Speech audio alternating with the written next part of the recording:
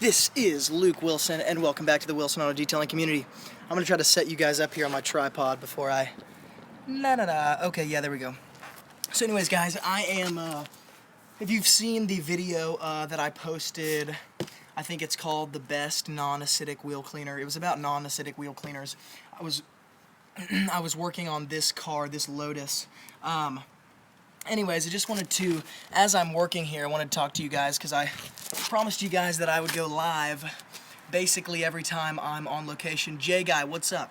So anyways, just wanted to talk to you guys for a second as I'm working.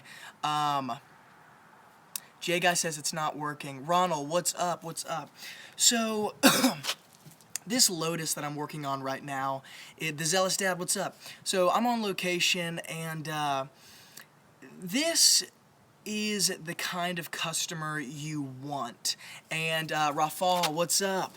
So what I mean by that is a lot of times in the auto detailing world, especially if you have a website and you get a lot of calls like off of Google and stuff, that's what happens to me is I get a lot of calls just from Google.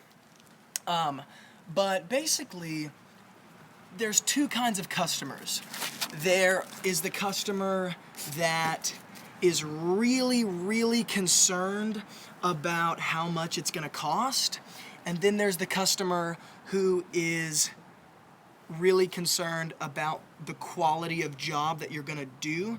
They're really concerned about the services that you're going to do, and if you guys have questions, ask them at the end. I want to get this out before I answer questions. So basically, this customer right here is the customer that I want, and what I mean by that is this is a customer who's not concerned necessarily about how much it costs, but he's concerned about what I'm doing. And the reason that's the customer I want is because I can charge those kind of customers $100, or I can charge them $300, and they're not gonna skip a beat whatsoever. It's not gonna faze them because they have such a healthy amount of disposable income that the money's not the issue. The quality of job is the issue. So when I get a call from someone and I give them a quote, and they say, because this happened to me last week. Let me give you guys an example of something that happened last week. I had a customer call me off Google, which happens about 85% of the time. They Google, Murfreesboro, Tennessee, mobile auto detailing, and my website comes up on the first page, and it's ranked pretty high. And they say, what do you charge for this kind of vehicle? What do you charge for a sedan? And I say, well, you're going to be looking at a starting price of $115, and that is assuming that the car is completely clean. That's assuming that is a very clean, good condition car. And so that number can go up from there very quickly, to the $200, $250 range if the car is in a certain kind of condition. And that person over the phone who called me might say, oh, sorry, I dropped you guys down a little bit. That customer might say, there we go, might say, well, can you do a little better than that? And so that scenario happened last week. I quoted the guy $200 to $250. No, I'm sorry. I quoted him $210 to $260, and his first response was, well, can you do anything better than that? And my response is, the first thing that comes to my mind, and once again, people may disagree with this, but because I've been doing this for 7 years, my first response is, okay, this is not the customer that I want. And it's not because I'm being, mean or kind of picky. Maximo James says, what am I doing? Cleaning bugs. Yes, I'm cleaning bugs. Shots says, WTF, how old are you? I don't know what that has relevance to anything. But anyways, so my first thought was this guy's not the customer I want because, JB, what's up? because he's a price shopper. He's wanting everything for nothing. And is that kind of customer bad all the time? No, not necessarily all the time. However, most of the time, in my experience, and your experience may be different.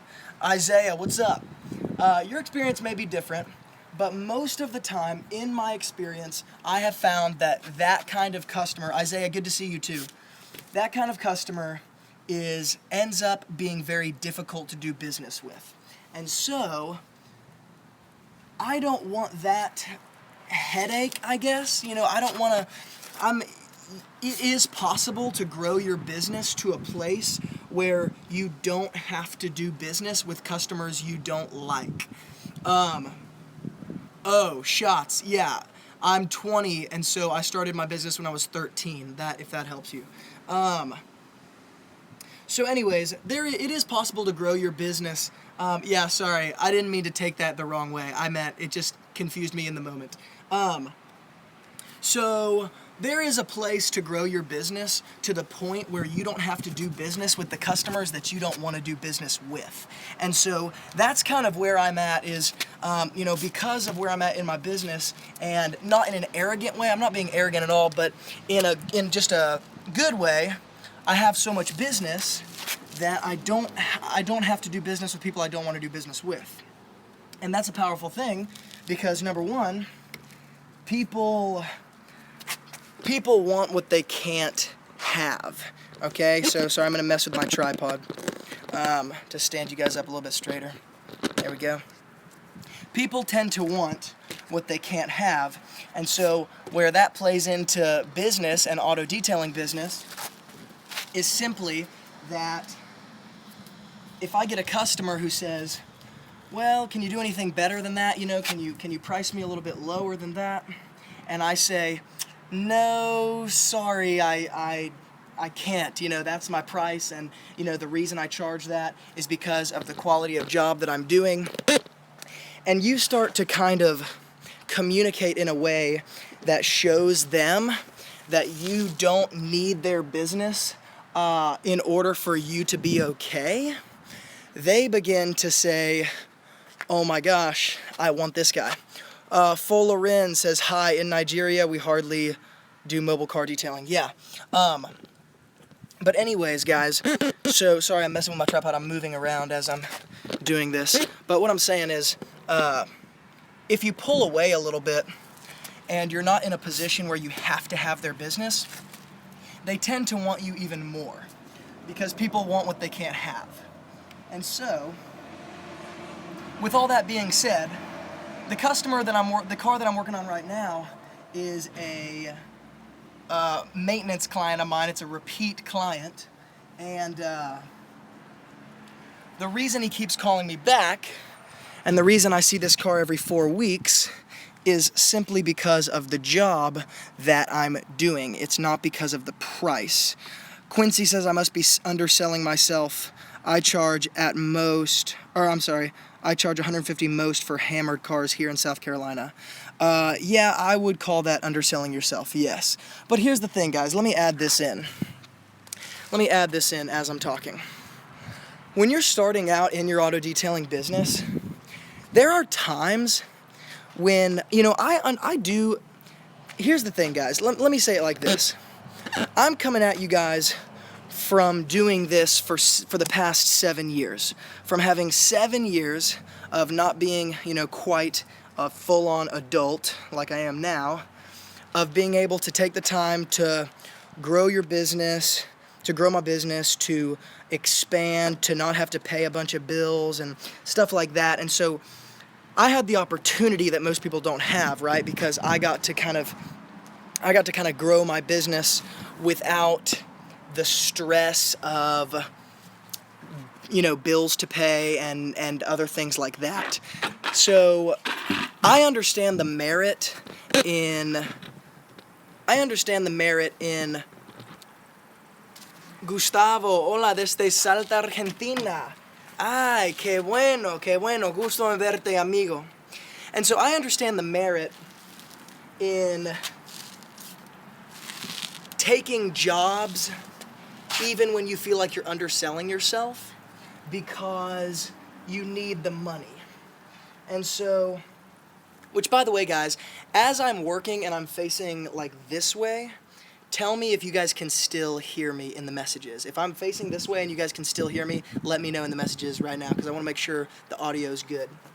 But anyways, guys, basically what I'm saying is that there are times when I understand that certain people are going to have to take certain jobs, even if you feel like you're underselling yourself. All right, everybody says, "So Heaven, what's up? So glad you're here." Everybody says that they can hear, so that's good. But basically, I understand the merit in, taking certain jobs, even if you feel like you're not getting paid enough, solely based on the fact that you have bills to pay.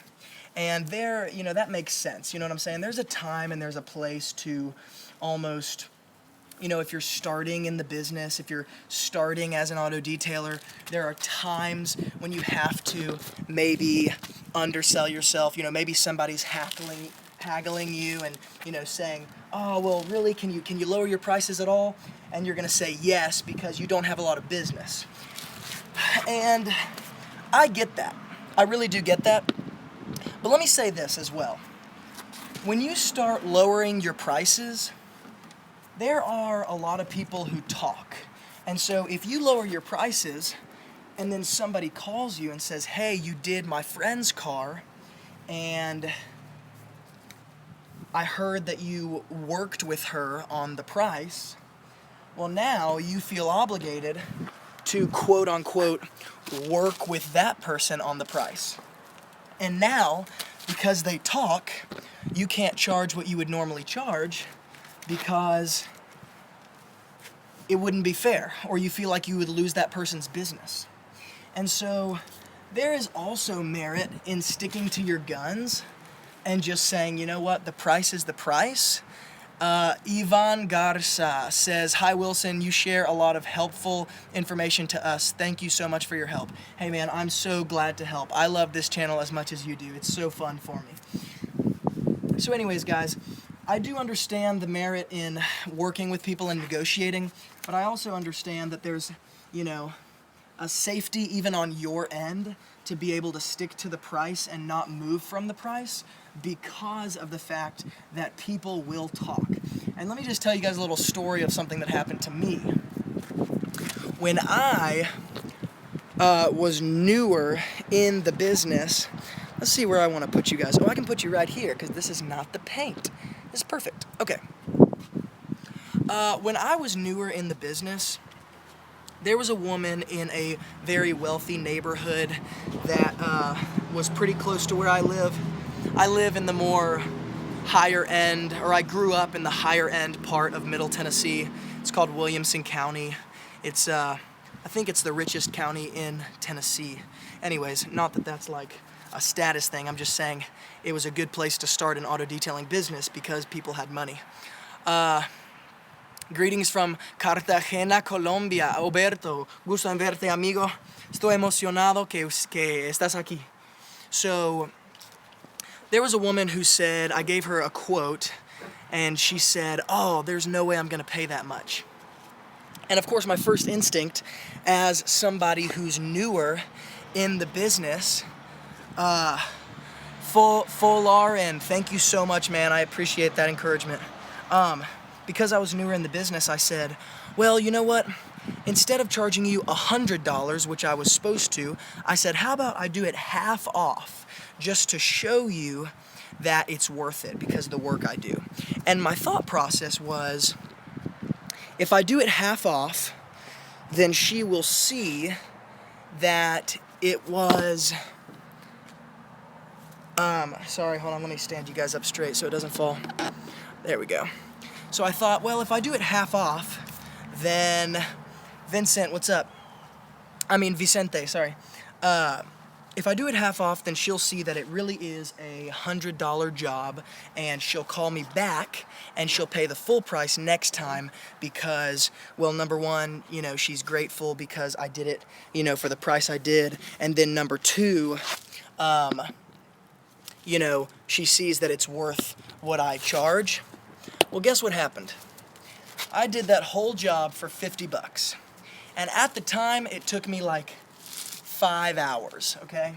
So what is that math? 50 divided by 5. $10 an hour. Jay Guy, no, that did not happen.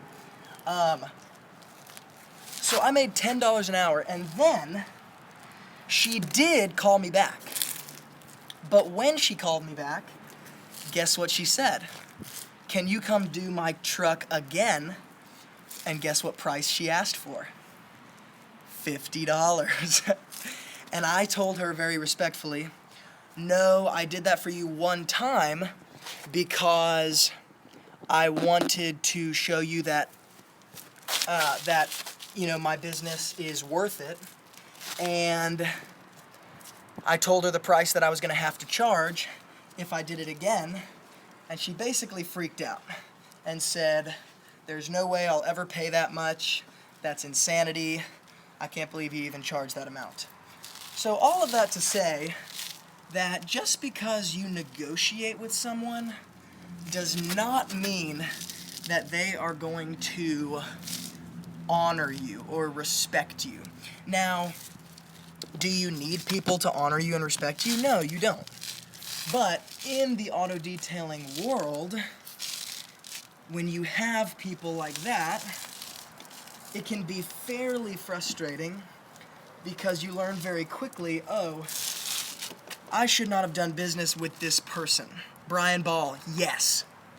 And so, basically, guys, what I'm saying is, this customer that I have right here with this Lotus is basically the perfect customer. Why is that? Because he is way more concerned about the quality of the job than the price. Why do I like that? Because that's the way I build my auto detailing business. It's not based on price.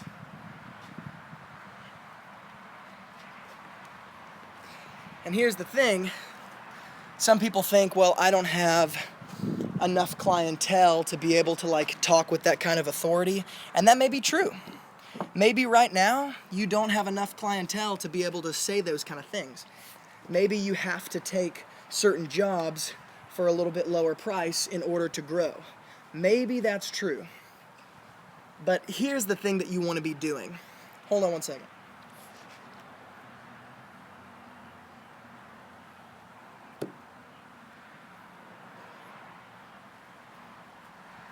Here's what you want to be doing. You want to be ever increasing your portfolio of customers. Wayne Johnson, I can't start over, but watch the replay. You're hilarious. Who are some of the YouTube detailers that I watch? Honestly, I don't watch a lot of detailers on YouTube. It's not that I don't think I have anything to learn. It's just I want to be my own channel. I don't want to do things the way other people do them. I want it to be unique. But I would encourage you to follow Darren Priest at Auto Fetish. I trust him. He's awesome. And so Hunter says, any tips on communicating value to customers? Yeah, so Hunter, let's talk about that for a second as I'm working here. And let me know in the chat right now, if you guys are in the live chat, let me know, do you like this style of live stream where as I'm working, we can talk and answer some questions? Tell me in the chat if that's a good thing, if you guys like, what's going on right now. Jay Guy says yes. He says he likes it. Who else? Ruger says yes. Hunter says faux show. Smart Detailing University, Brian says yes. Okay, cool. JB says yes. Chris says yes. All right, guys, so let's talk about communicating value. Francisco says heck yes. Wayne says absolutely. So let's talk about communicating value. How do I communicate value? Let me give you guys an example of kind of what I say when I'm on the phone with some customers. Let's see here. Here's a very good tip for you guys. When you're on the phone with your customer and you're talking about detailing, you're talking about possibly getting a job doing business with that person, talk less and listen more, okay? talk less and listen more. Now, what do I mean by that? Because it seems kind of contradictory or paradoxical or oxymoronic, because in a lot of my videos I say communicate, communicate, communicate, over communicate if you have to. And when I say over communicate, what I really mean is make sure that you're managing their expectations. When I say communicate, more than anything else, I'm talking about managing their expectations. Which, by the way, guys, if you're watching this live stream and you like it, hit the thumbs up button, because there's 29 people watching and there's only 6 thumbs up. So if you like this, hit the thumbs up button. And if you're watching on the replay, hit the thumbs up. Chris says, I like Darren, his channel, but he talks too much. He does talk a lot. That's for sure. But I would say challenge yourself and try to value how much Darren talks, because even though he does go off on rabbit trails, he is talking out of 22 years or like 30 years of experience. And so his rabbit trails are what I would consider valuable, even if they're not necessarily what anything having to do with the video. They are valuable because his regular thoughts have been kind of evolved over 30 years of him being in the business, so he has a lot of value. So I'm not saying it's always good, I'm just saying, try to look for the gold in people. I've found that is a lot. Anybody can, not that you guys are doing this, but it's easy to criticize, and it's a lot harder to, look for the gold in people. So anyways, guys, let me give you a tip. Talk less, listen more. So when I'm talking to my customers, I will, if somebody calls me, let's see how I want to set this up. Let's see. You know what? Here, I'll do it like this. If somebody calls me and they got my number off Google, I will talk less and I will listen more. And what I mean by that is, from the beginning of the conversation, I will try to establish the quality of my services right off the bat by communicating price. And that's kind of vague, I know, so I'm going to try to break that down of what I mean. Sorry guys, I'm trying to figure out exactly how to put my phone while I'm doing this, so maybe give me just a little bit of grace for just a second. Maybe that'll work. Okay, yeah.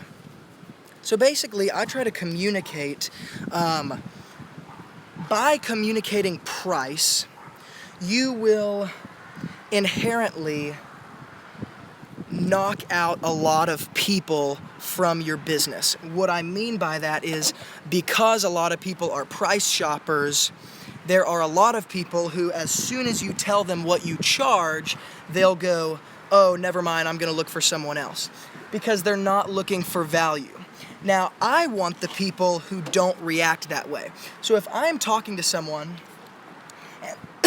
and I say I charge a minimum of $115 for your sedan, and depending on the price, it can go up from there. It can go to $200, $250, $300, and they don't really hesitate, and they want to keep talking, then that is the customer that I want to have.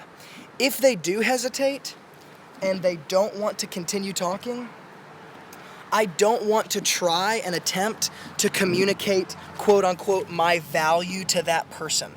So, number one tip on communicating value, understand who you want to communicate your value to. You don't want to communicate your value to a person who is not looking for value but looking for price. So I can sit there for 30 minutes and talk to someone, but if they're a price shopper, at the end of the day, I'm just wasting my time. I don't want their business. So the question becomes, how do I communicate my value to somebody who I do want to do business with and who I can tell is the kind of customer that I want? Well, number one, if they don't hesitate on price, you don't have to do that much work in communicating your value, because the person's already not concerned about price. So if you can get a customer who's already, before they ever called you, they're not concerned about price, then honestly communicating, quote unquote, communicating your value becomes so much easier. How about that armpit shot? Okay, but anyways, it becomes a whole lot easier. And so I think the best answer to that question is tip number 1, look for people who want your quality more than your price, because that's going to help you. But number 2, one of the ways that I communicate my value is literally by saying it. So some people get kind of weird and they're like, how do I communicate my value without like being too pushy, or hello from France, Noose, what's up? But people say, how do I communicate my value? And the question kind of stems from the fact that they feel like they can't just come outright and say it. And so what I would say is that sometimes I just come out and say it. And I will literally, over the phone, I literally say, if you are price shopping, I am not your guy. But if you are value shopping and you want the job done right the first time, I am definitely your guy. And when you say things like that, and you approach it like that, the person's whole demeanor changes. And so what I would say really is just don't be too afraid to just come outright and say stuff like that. Because honestly, people will value that. Like, people will value the fact that you're just upfront and you're like, hey man, this is what I charge and this is why I charge it, and if you want me, this is the kind of job you're gonna get. If you're not looking for that kind of job, you probably should go elsewhere. And when you just come out right like with it and say it like that, people really respect that. And so I would say most of the time people's dilemma is that they overthink things, and it comes full circle, because just like I said at the beginning, talk less and listen more. So if I can talk less and I can just walk up to somebody or I can just listen to somebody on the phone and outright just go, hey, if you're looking for price, I'm not your guy. If you're looking for value, I'm definitely your guy. And then you just shut up and then you let them do the rest of the talking, your life becomes a whole lot easier. So sometimes we overcomplicate communicating value, but it can really be a whole lot more simplified. So what I would say is talk less, listen more. When it comes to literally communicating value, my best strategy that I would say is just come out and say it. And just come out and say, this is what you get when you're paying this amount of money for me to come do this. And here's the deal, guys. Your success in that will largely depend on your attitude of confidence. To be totally honest, people like to do business with other people who they feel like are confident in their trade. So if somebody over the phone is communicating with me and they feel like, oh man, this guy knows what he's talking about, this guy knows more than I do, I need this guy to tell me what I need to do with my car, all of that largely depends on your confidence factor, on your attitude over the phone. Where does that confidence come from? That's a difficult question. You know what I'm saying? Like, I think part of it definitely comes from experience. Part of it comes from just doing it. Part of it comes from being in the detailing industry and world for years, you know? It definitely comes from that. But honestly, man, people like to do business with people who know what they're talking about. So you not only need to know what you're talking about, but you need your customer to feel like you know what you're talking about. And there are times when my customers, you know, kind of think that they know more about the detailing world than I do. And hey, you know, maybe they do. Maybe they do. Maybe some of them do. But there are customers who will say like, what kind of wax are you using? Are you using this wax? Because I heard that this is the best wax. And I'm like, dude, if you want me to use that wax, I will. But like, the fact that you just said best wax shows me you really don't have any idea what you're saying. Because different situations call for different things. So like, am I using the best wax? I don't know. I mean, what, how do you know that that's the best wax? Like what was your test group? Like what did that even look like? And so, anyways, so I'm gonna put you guys down on the floor or on the ground for just 1 second while I do this back window. But basically, guys, that's what I'm saying. Confidence, communication, all those things sometimes are wildly overthought, especially in the detailing world. But honestly, it can be so simplified because you would be very surprised. I would say most of my customers, most of the people who call me on Google, most of the people who call me are not price shoppers. So sometimes we have this preconceived notion that people just want the best price, and if you can't give it to them, then they're going to go elsewhere. But I have found that when you know how to communicate correctly and confidently, people are very quick to say yes. They're very quick to say yes to you. Edgardo says, put those guns away. I have a permit. No, just kidding. So anyways, when you know what you're talking about, guys, people are very quick to say, heck yeah, like, dude, if you're really as good as you say, like, let's do business. But once again, it brings up a different issue because are you really as good as you say? You know, I have a confidence when I talk to people over the phone because I've been detailing cars for 7 years. I've had a lot of trial and error. I've had a lot of time to research. I've had a lot of time to experiment and experience different things. So there's a confidence in me where it's like, I know what I can do. I know the level of value and the level of skill that I can bring. So am I always improving? Yes.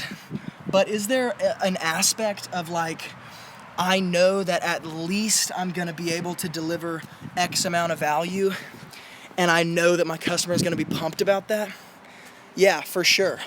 But once again, guys, and I know Darren Priest talks about this a lot, communication and managing expectations is so at the heart of everything you do in the auto detailing world. And so, yes, communicate, yes, manage expectations, but in all of that, having a confidence when you're communicating, it not only makes you look better, and it not only will make your customer more apt to go with you in your business, but it makes your customer feel better. It makes your customer feel more secure. Because think about it, at the end of the day, you might be asking people to spend $300 on something. Like for most people, $300 is something they have to really think about, Not everybody is filthy rich, Not everybody has such a healthy disposable income that they can just make those kind of decisions on the fly. Most people have to think about that level of purchase. And so sometimes you should get in the, zone of your customer and say, I know that you're spending a lot of money on this. Like, I know that you're dropping $300. And you kind of get in their shoes and be able to communicate at a level where they feel comfortable with you. People like to do business with people who they feel like are nice. You know what I'm saying? And so you should be nice. That's a good thing to be. Let me mess with my tripod real fast. But anyways, basically, guys, that's not going to stand up. I'm going to have to put you down while I do the back window one more time. But basically, if you can communicate confidently, if you can make people understand that you know what you're talking about,